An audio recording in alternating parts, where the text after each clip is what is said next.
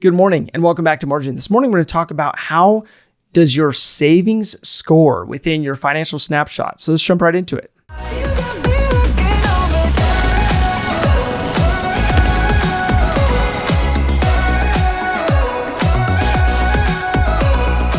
So in recent series and themes, I've covered quite a bit around savings rates.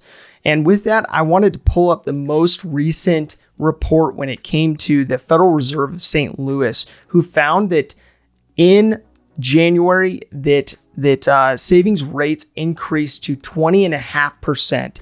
So this again has been kind of a roller coaster for savings rates, but significantly higher than historicals. So with that, this savings may be so much more easy to attain, if not already attained, in this time, as many people are saving much more than usual. So sometimes it can be so difficult to know whether you're saving enough. And for many people, they don't necessarily know how much they should be saving or if they should be saving at all. And so I wanted to go through each of the columns related to savings today to be able to give you an indicator of whether you have enough saved. Now, of course, this will all depend on the life cycle that you're in, whether you have a family or not, whether you are married or not, whether there's dual income or not, as well as economic indicators, so on and so forth. So there's a lot more to it than just this, but this gives you something to go off of, to think about, to work towards.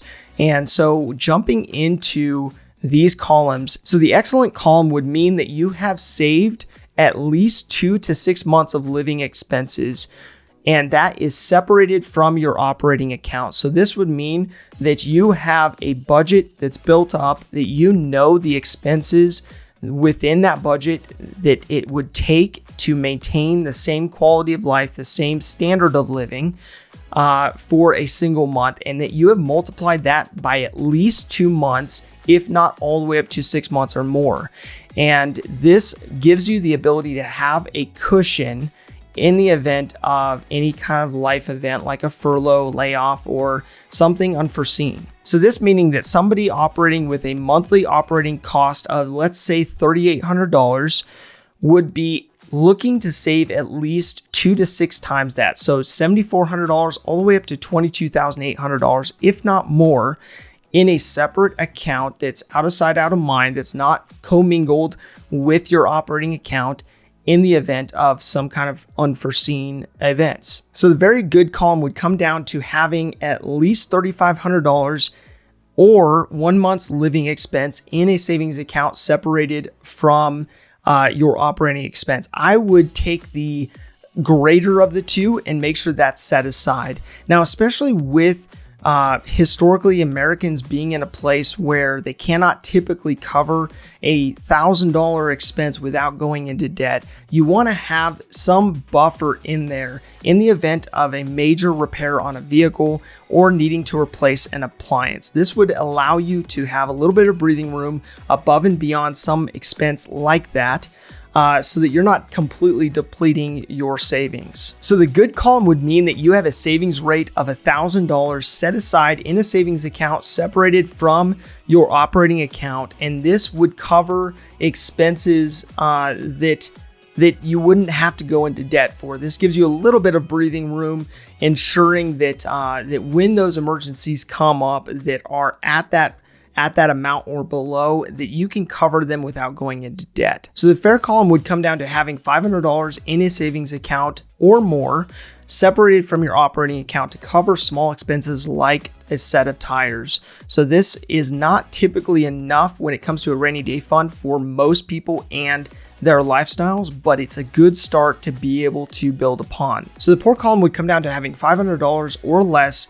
in a savings account separated from your operating account for minor expenses. So this is something also to just build upon in order to over time max out your rainy day fund. So the insufficient column would come down to not having a savings account or not having a savings account that has a balance in it.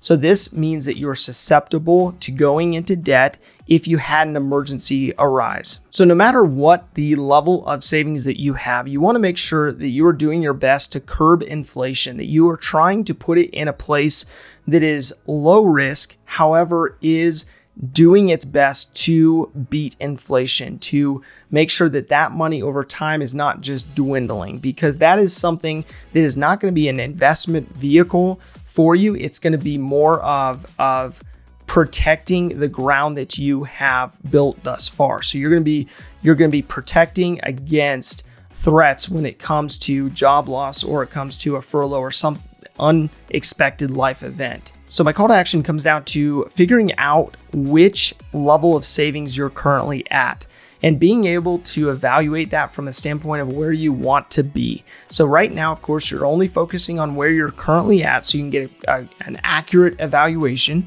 but being mindful of where you want to go. If this information is helpful to you, please do like, subscribe, and hit the notification bell so you're reminded to come back on a daily basis and improve in managing your personal finances. Thank you for your time. Enjoy your day, and we'll see you back here tomorrow.